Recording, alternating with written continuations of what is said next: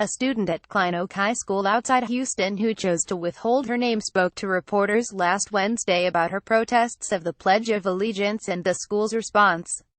KPRCTV Long before President Trump escalated the debate over protests during the national anthem, two Texas teenagers began challenging injustice in their own way by sitting through the recitation of the Pledge of Allegiance. Now, they are separately suing their schools, saying that teachers and administrators shamed or punished them for their protests, violating their constitutional rights.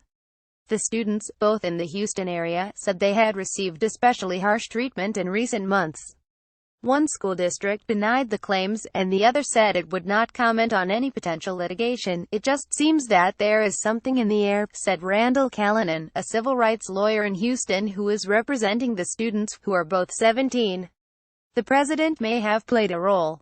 Last month, Mr. Trump ignited a heated national debate over the decision by some NFL players to kneel during the national anthem protest against racial injustice.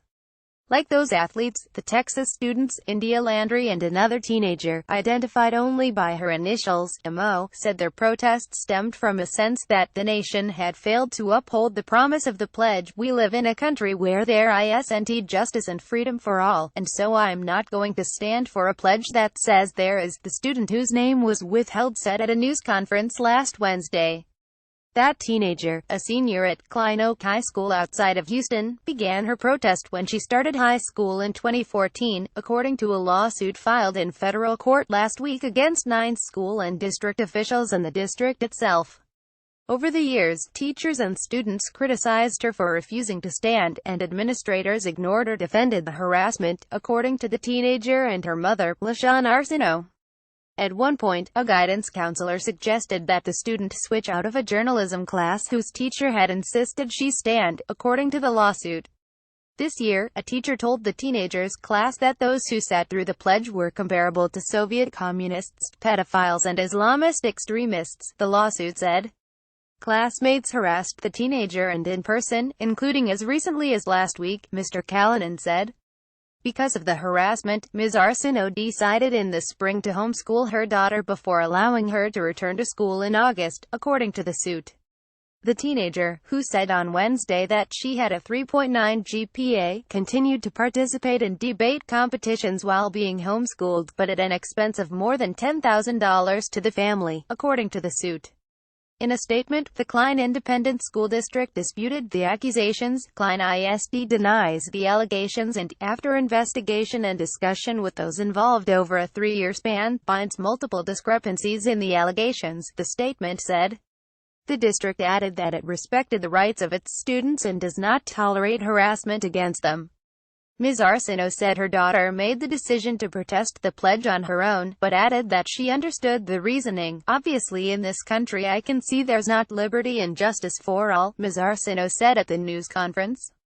"I'm still an African American woman in this country, and I can see the news and things that go on around me." The lawsuit is funded by American Atheists, a nonprofit that fights for the separation of church and state and has helped students with similar disputes. It joined the effort after Ms. Arsenault and her daughter reached out, a spokesman said. "Neither the teenager nor her mother is an atheist," Mr. Callanan said. The Supreme Court weighed in on the issue decades ago, ruling in a 1943 case, West Virginia State Board of Education v. Barnett, that requiring students in public schools to salute the flag or recite the Pledge of Allegiance amounts to a violation of their First Amendment rights. This month, Mr. Callanan filed a similar lawsuit on behalf of another mother and her daughter, Kizzy and India Landry. That suit was filed in federal court against the Cypress Fairbanks Independent School District and Martha Strother, the principal at Winfern High School in Houston, which India attends. India's protest against injustice began about a year and a half ago and was tolerated by at least half a dozen teachers until this month, according to the lawsuit. On the morning of October 2, India was with Ms. Strother and a school secretary in the principal's office, according to the lawsuit. When the pledge was recited over the school speakers, both women stood. Ms. Strother asked India to join them and expelled her when she refused, the lawsuit said. "She asked me to, and I said I wouldn't," India told a local television news station. "And she said, 'Well, you're kicked out of here.'" India was sent to an assistant principal who instructed her to call her mother for a ride home, warning that Ms. Landry had 5 minutes to arrive or India would be escorted away by the police, according to the lawsuit.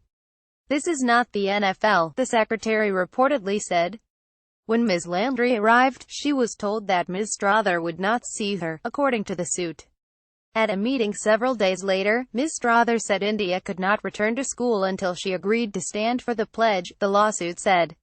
The co-segment aired that afternoon and, the next day, Ms. Strother reversed course. In a statement provided to The Times on Friday, the school district said it had not been served with documentation regarding the lawsuit and would not comment on litigation. India is back in school, the statement said. In both lawsuits, Mr. Callanan said the schools had violated his client's First, Fifth and 14th Amendment rights.